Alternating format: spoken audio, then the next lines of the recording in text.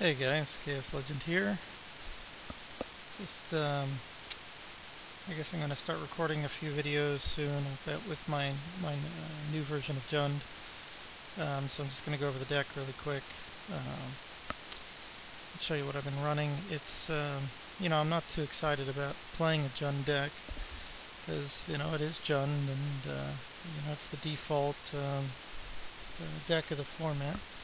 A couple things with my version that I think are, are a little unique. Most especially my Grim Discovery Tectonic Edge combination. Let's see. So I play 3 Grim Discoveries and 3 Tectonic Edges, and it gives you an edge pretty often against a lot of the other Jund decks, against a lot of random decks actually. And then it just allows you to recycle through some of the best creatures in the format, like your Thrinax and your Bloodbraid Elves. I think the last game I won was against Mono Green, and I ended up casting the same Siege Game Commander 3 times to win that game, and it was pretty close. So that really helped. He destroyed one of my lands, so at one point, I was able to get that back, and then I was getting back my Verdant Catacombs and my Terramorphic Expanse and Tectonic Edge and stuff like that. So a lot of the numbers are a little weird. I like Explore more than Rampant Growth. Generally it's doing just about the same thing. And if you've got a hand where you need 27 lands isn't enough and you need the Explorers to be Rampant Growths, you're pretty far behind already. I'm running 1 Terminate main. I don't like Baneslayer Angel basically. And double bolting or Siege Game Commandering, it's going to be tough. Or Bituminous Blast, Last Bolt. Anyway, I don't own any Maelstrom Pulses, so that's the only reason they're not included.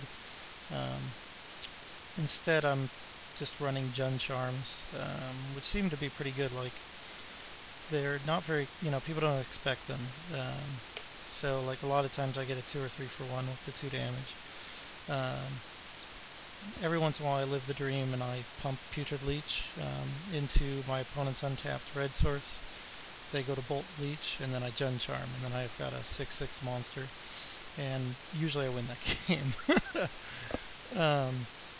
I play 1 Rune Blaster main just because I want to be able to recycle it. A lot of these are just 1-ofs, because if I draw 1 of them I can make it 2 or 3 sometimes. So Hylian's just kind of another random thing, like a lot of people don't see coming. Big Hylian, can take out their stags or just their whole army. And then, you've got a reasonably sized guy. If you can sack 2 guys to it, a 5/5, is pretty good against Jund. They won't be able to bit blast it.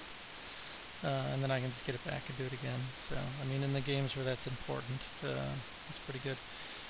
Broodmate Dragon's really good and generally better than Rampaging Baloths, but against opponents that are playing just a ground game, they don't have any flyers. A lot of times the Baloths is better. I can drop it, and I don't have to worry too much if I have a Grim in hand, and if they kill it, I block their guy. 6/6 is pretty big. I can get it back and get a land back, and then next turn I get 2 4/4s, and that's game over. And then Broodmate's in there still, because he's still really good.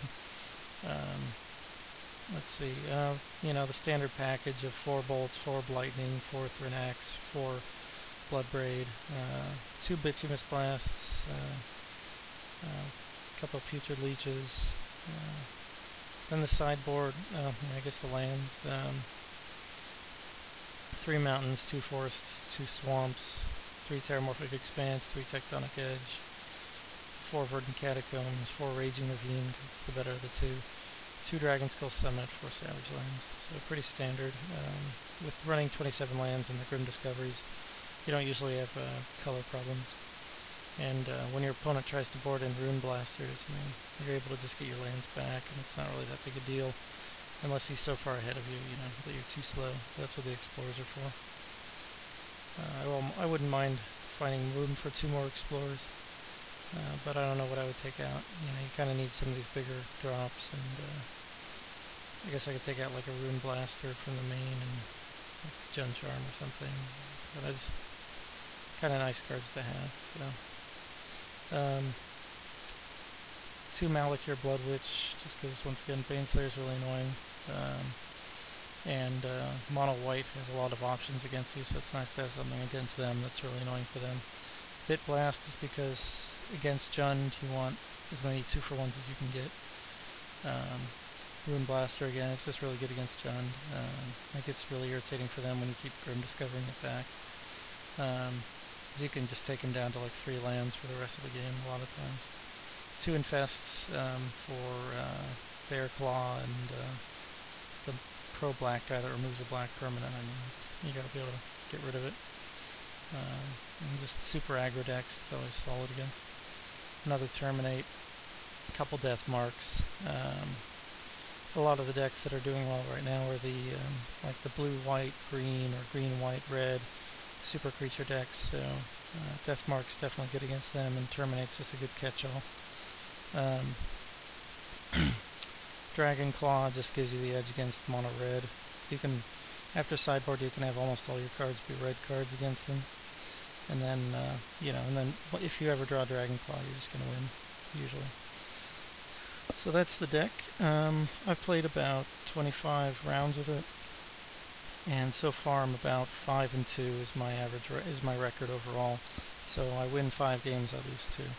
So with very small adjustments, like I haven't changed very much in that period of time. A couple little tweaks, I used to have a couple different creatures here. I didn't always have to terminate here and stuff like that. Anyway, you're going to try out this version. I think it works well against other Jund decks.